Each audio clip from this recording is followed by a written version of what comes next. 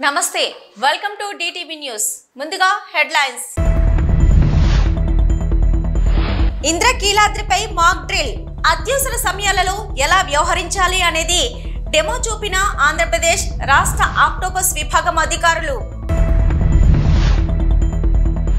BRS party silver Jubilee ఉత్సవాలకు ఘనంగా ఏర్పాట్లను పర్యవేక్షిస్తున్న నాయకులు షెడ్యూల్ కులాల వర్గీకరణను స్వాగతిస్తున్నాం ముఖ్యమంత్రి చంద్రబాబుకు కృతజ్ఞతలు తెలిపిన ఎంఆర్పీఎస్ జాతీయ అధ్యక్షుడు మున్నంగి నాగరాజు భారీ బైక్ ర్యాలీగా సూర్యాపేట వెళ్లిన బీఆర్ఎస్ వర్కింగ్ ప్రెసిడెంట్ కేటీఆర్ కు ఘన స్వాగతం పలికిన మహిళలు కార్యకర్తలు ఎస్సీ వర్గీకరణలో రెల్లి కులస్తులకు 5% రిజర్వేషన్ కల్పించాలి రాష్ట్ర రెల్లి సంక్షేమ సంఘం state secretary Bosupalli Venkateswararao demand Malla Reddy institute of medical sciences లో ఏకత్వ 2025 వార్షికోత్సవ వేడుకలు ముఖ్య అతిథులుగా హాజరైన హీరోలు నితిన్ విజయ్ దేవరకొండ శ్రీ దుర్గా మల్లేశ్వరులు కొలువైన ప్రసిద్ధ పుణ్యక్షేత్రమైన ఇంద్రకీలాద్రిపై భక్తుల భద్రత ఆలయ పరిరక్షణలో ఏదైనా అవాంఛనీయ సంఘటన జరిగితే ఏ విధంగా వ్యవహరించాలి అనే విషయం ప్రధానంగా తీసుకుని ఆంధ్రప్రదేశ్ రాష్ట్ర ఆక్టోపస్ విభాగం అధికారులు బుధవారం అర్ధరాత్రి నుంచి గురువారం తెల్లవారుజాము వరకు ఇంద్రకీలాద్రిపై మాక్ డ్రిల్ నిర్వహించారు అవాంఛనీయ శక్తులు మెట్ల మార్గం నుంచి ఇంద్రకీలాద్రికి చేరుకున్నట్లు సమాచారం ఆలయ అధికారులు వాంటౌన్ పోలీసుల నుంచి అందుకున్న ఆక్టోపస్ విభాగం వారు ముందుగా జమ్మితోటి సమావేశం హాల్లో దేవస్థానం పోలీసు రెవెన్యూ తదితర విభాగాల అధికారులతో చర్చించి దేవస్థానం మ్యాప్ ప్రకారం యాక్షన్ ప్లాన్ రూపొందించి ఇంద్రకీలాద్రికి సాయుధ కమాండోలు చేరుకొని సాహసవంతంగా దుండగుల వద్ద ఉన్న పేలుడు సామాగ్రి ఆయుధాలు నిర్వీర్యం చేసి వారిని అదుపులోకి తీసుకుని భక్తులను ఎలా రక్షించారు అనేది సీన్ క్రియేట్ చేసి పరిష్కారం చూపించారు ఇటువంటి పరిస్థితుల్లో ఆలయ సిబ్బంది స్థానిక పోలీసులు సెక్యూరిటీ వైద్య సిబ్బంది రెవెన్యూ సిబ్బంది ఎలా వ్యవహరించాలి అనేది వివరించారు ఈ అవగాహన కార్యక్రమం Octopus additional SP Rajareddy Octopus DSP Tirupatayya ఆధ్వర్యంలో దేవస్థానం అధికారులు వాంటౌన్ పోలీసులు రెవెన్యూ ఫైర్ సిబ్బంది పాల్గొన్నారు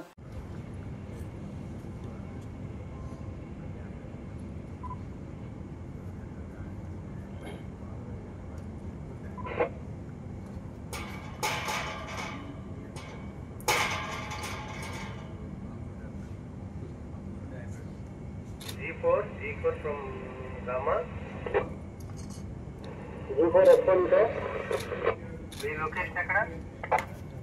ఏప్రిల్ 27న జరగబోయే బీఆర్ఎస్ పార్టీ సిల్వర్ జూబ్లీ ఉత్సవాలకు పార్టీ క్యాడర్ను సన్నద్ధం చేసే ప్రక్రియలో భాగంగా నేడు జరిగే సూర్యాపేట జిల్లా బీఆర్ఎస్ పార్టీ కార్యాలయంలో మాజీ మంత్రి జగదీష్ రెడ్డి ఆధ్వర్యంలో ముఖ్య కార్యకర్తల సమావేశం నిర్వహిస్తున్నారు ఈ కార్యక్రమానికి పార్టీ వర్కింగ్ ప్రెసిడెంట్ కేటీఆర్ ముఖ్య అతిథిగా హాజరవుతున్నారు ప్రస్తుత ఏడాదిన్నర కాంగ్రెస్ పాలన వైఫల్యాలను ఎండగడుతూనే ఆయన నియోజకవర్గాల్లో ఎండిపోతున్న వరి పంటలపై పార్టీ ఫోకస్ పెట్టడంతో పాటు బాధిత రైతులకు అండగా ఉండాలంటూ కేటీఆర్ పిలుపునివ్వనున్నారు ఇదేగాక తాజాగా అసెంబ్లీ నుంచి ఈ సెషన్ వరకు ఎమ్మెల్యే జగదీష్ రెడ్డిపై వేటు వేయడం వంటి అంశాన్ని సైతం కేటీఆర్ ఈ సందర్భంగా ప్రస్తావించే అవకాశం ఉంది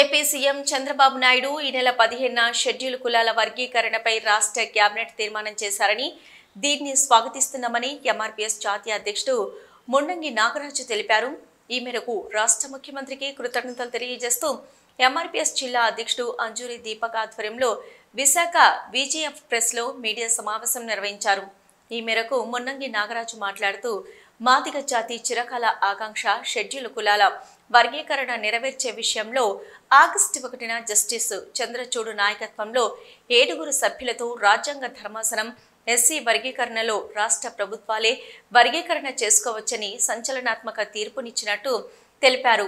రాజీవ్ రంజన్ మిశ్రా కమిషన్ రాష్ట్ర వ్యాప్తంగా అన్ని జిల్లాల్లో తిరిగి 59 ఉపకులాల్లో జనాభా ప్రాతిపదికన సంక్షిప్తంగా నివేదిక తయారు చేసి రాష్ట్ర ప్రభుత్వానికి రిపోర్టు అందించారని తెలిపారు. రాజీవ్ రంజన్ మిశ్రా కమిషన్ రిపోర్టుపై రాష్ట్ర ప్రభుత్వం నివేదికను అధ్యయనం చేయడానికి ఒక సబ్ కమిటీ నియమించారన్నారు. నేను పద్మశ్రీ గౌరవ మందాకృష్ణ మాదిగ గారి నాయకత్వంలో రుద్రబాబు సురేష్ మాదిగ పద్మశ్రీ మందాకృష్ణ మాదిగ గారి నాయకత్వంలో మాదిగ రిజర్వేషన్ పోరాట సమితి ఆంధ్రప్రదేశ్ రాష్ట్ర అధ్యక్షుడిగా పనిచేస్తున్నాను. ఈరోజు ఉమ్మడి విశాఖపట్నం జిల్లాలో విశాఖపట్నం కేంద్రంగా ఆంధ్రప్రదేశ్ రాష్ట్రంలో షెడ్యూల్ కులాల వర్గీకరణపై ఆంధ్రప్రదేశ్ రాష్ట్ర ప్రభుత్వం ఈ నెల 17వ తారీఖున క్యాబినెట్ వర్గీకరణకు క్యాబినెట్ ఆమోదం తెలపడాన్ని మేము మాదిగ రిజర్వేషన్ పోరాట సమితి తరపు నుంచి పద్మశ్రీ మందకృష్ణ మాదిగ అన్న గారి తరపు నుంచి ఆంధ్రప్రదేశ్ రాష్ట్ర ముఖ్యమంత్రి వర్యులు శ్రీ నారా చంద్రబాబు నాయుడు గారికి మేము ముందుగా కృతజ్ఞతలు ధన్యవాదాలు తెలియజేస్తున్నాం. బాబు జగజ్జీవన్ రావు గారి స్ఫూర్తితోటి దళిత కులాలన్నిటికీ సామాజిక న్యాయం చేయడానికి ముందుకొచ్చినటువంటి గౌరవ ముఖ్యమంత్రి వర్యులు నారా చంద్రబాబు నాయుడు గారికి పద్మశ్రీ మందకృష్ణ మాదిగ అన్న గారి తరపు నుంచి యావత్ మాదిగ జాతి తరపు నుంచి అన్ని ఉపకులాల తరపు నుంచి మేము ధన్యవాదాలు కృతజ్ఞతలు ముందుగా తెలియచేస్తూ ఈరోజు ప్రత్యేకంగా మేము ఒక విషయాన్ని గుర్తు చేస్తున్నాం. 30 ఏళ్ల నుండి సుదీర్ఘంగా ఉద్యమం చేస్తూ వస్తున్నారు. మరి ఈ సందర్భంగా షెడ్యూల్ కులాల్లో మొత్తం కూడా 59 ఉపకులాలు ఉన్నాయి. ఈ 59 ఉపకులాల్లో ఈ విధంగా షెడ్యూల్ కులాల్లో 59 ఉపకులాలు ఉంటే 59 ఉపకులాల్లో ప్రధానంగా ఎస్సీఏ అంటే మా రెల్లి కులాలకు సంబంధించినటువంటి మా ఉపకులాలు మొత్తం కూడా 14 కులాలు ఉన్నాయి. ఎస్సీఏ గ్రూప్లో రెల్లితో పాటుగా మా ఉపకులాలు 14 ఉన్నాయి. ఎస్సీబి అంటే మాదిగ సమాజ వర్గానికి సంబంధించినటువంటి ఉపకులాలు ఉంది. మరి అలాగే ఎస్సీసీ గ్రూపు మా సోదర కులస్తులు మాల ఉపకులాలకు సంబంధించినటువంటి కులాలు 25 ఉపకులాలను వీటిలో పొందుపరచడం జరిగింది. మరి అలాగే ఎస్సీడీగా ఉండబడినటువంటి గతంలో ఆది ఆంధ్ర, మాస్టిన్, మెదలియర్, పంచమ భారీ బైక్ ర్యాలీతో రోడ్ షో నిర్వహిస్తూ సూర్యాపేటకు చేరుకున్న కేటీఆర్. ఇక కేటీఆర్ కు స్వాగతం పలికిన సూర్యాపేట బీఆర్ఎస్ కార్యకర్తలు, మహిళలు.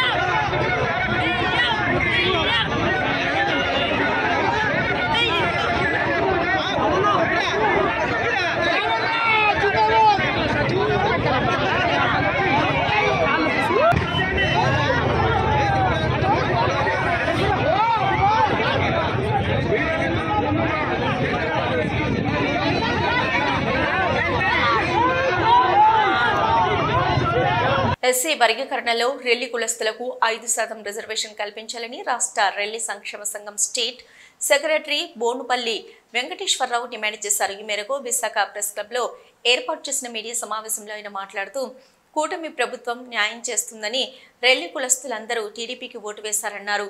తెరపైకి ఎస్సీ వర్గీకరణ వచ్చిందని ఇందులో తమ రెల్లి కులస్తులకు న్యాయం జరగలేదన్నారు. పవన్ కళ్యాణ్ చంద్రబాబు గెలిస్తే న్యాయం చేస్తారని చూశామని తెలిపారు.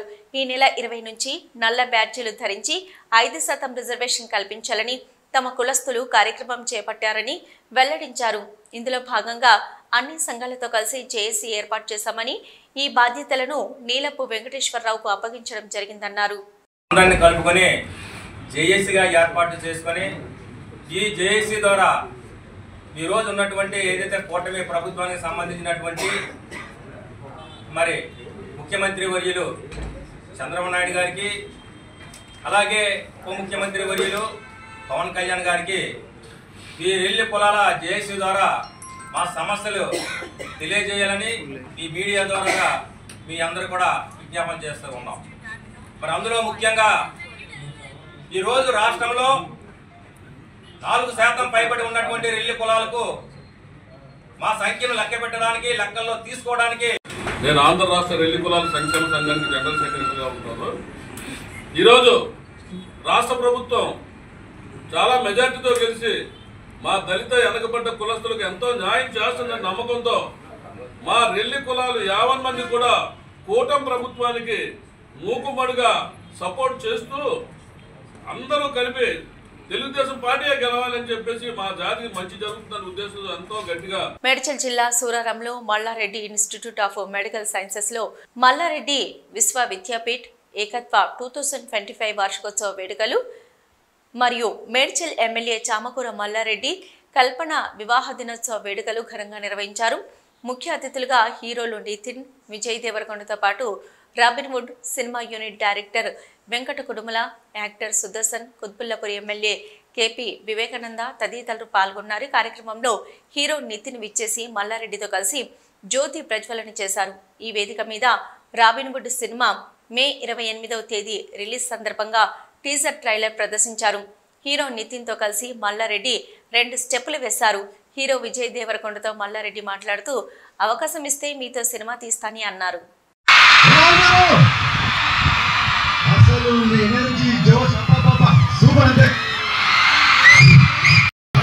నచ్చిందా? సో ఆ సినిమా కంటే సినిమా ఇంకా చాలా చాలా బాగుంటుంది.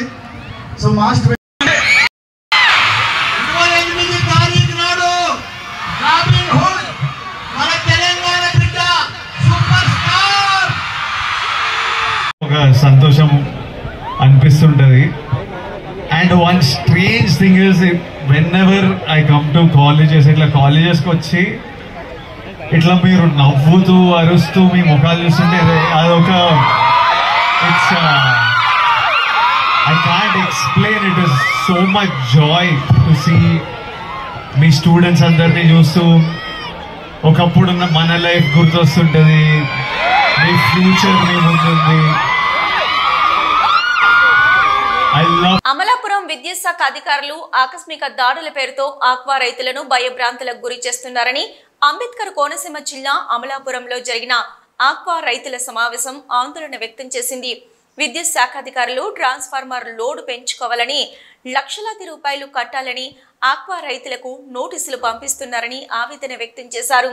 బిల్లుల బకాయి పేరుతో చెరువుల విద్యుత్ కనెక్షన్ అర్థాంతరంగా తొలగించడంతో ఆక్సిజన్ అందక చేపలు, రొయ్యలు చనిపోయి రైతులకు లక్షలాది రూపాయల నష్టం వస్తుందని రైతులు ఆరోపించారు.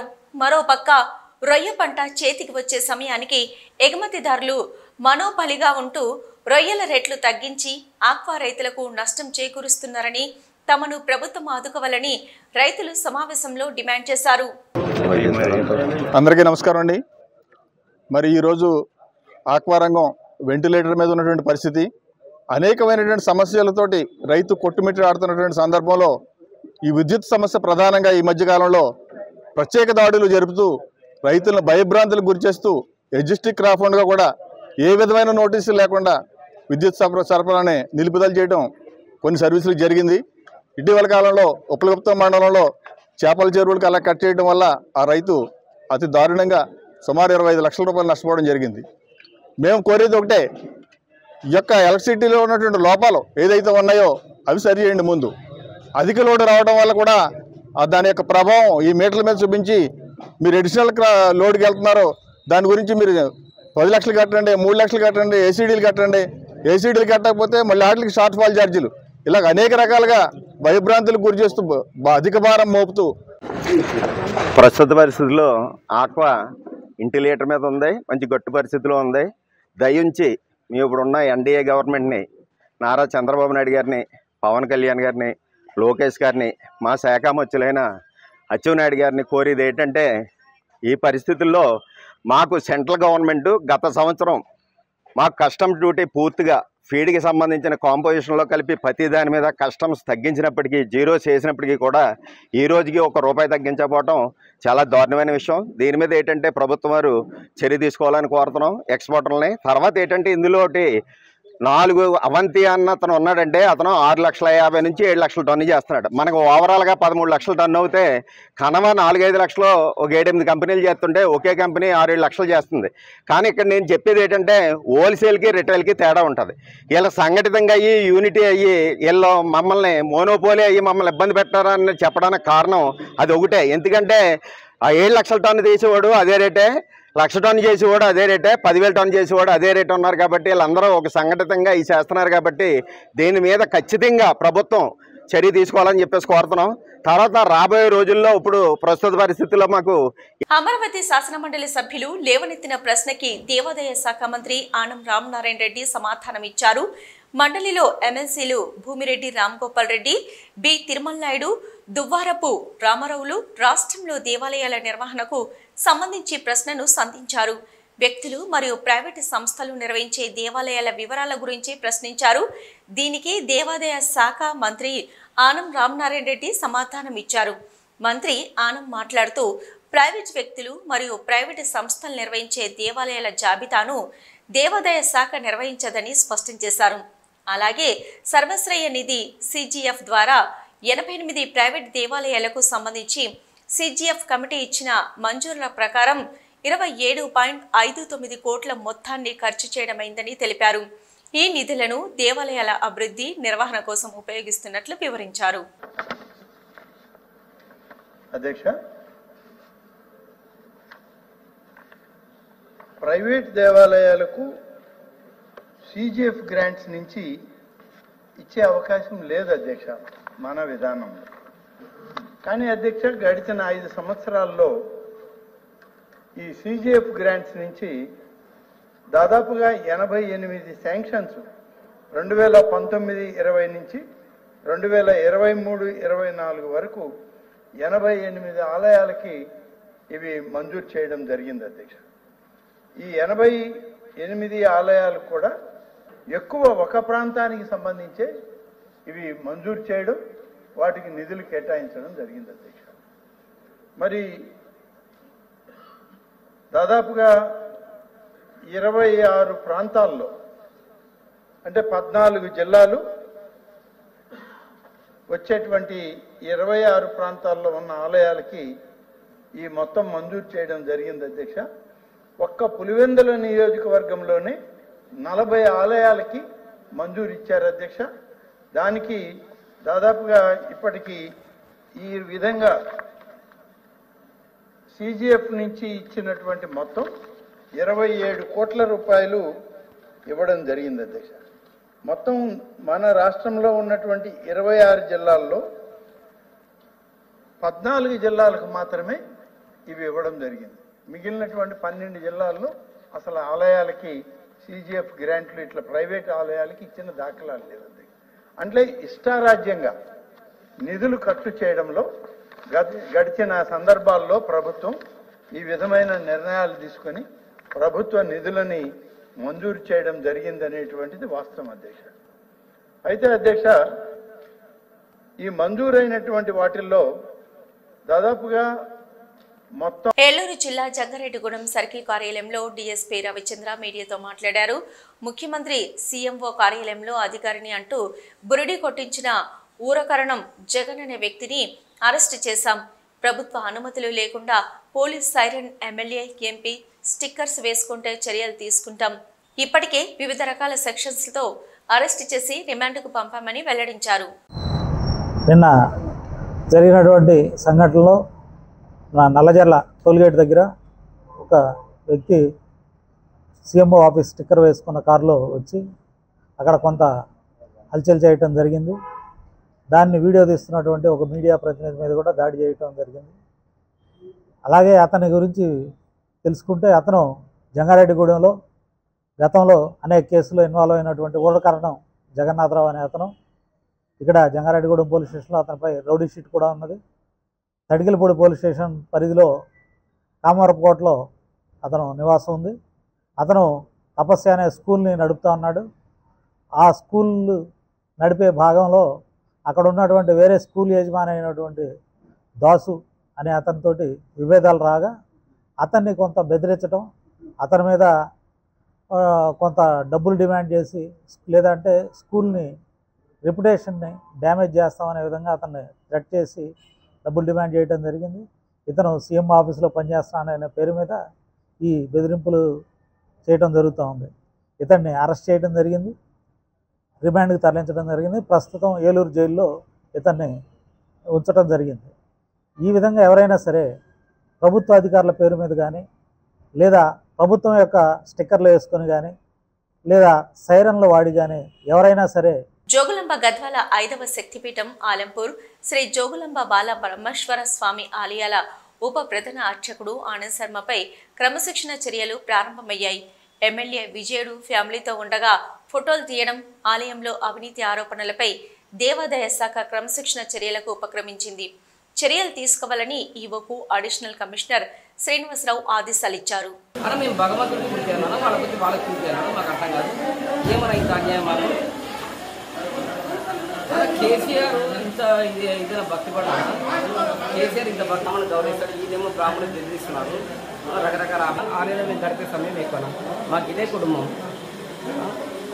బయటికి పోతే జాగ్రత్త అంటే అలా మేము ఎందుకు మేము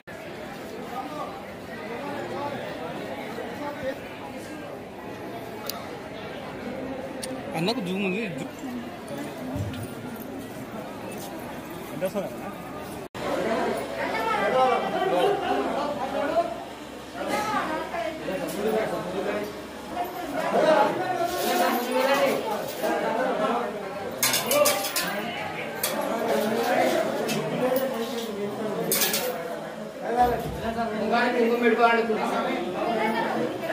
హెడ్లైన్స్ మరొకసారి.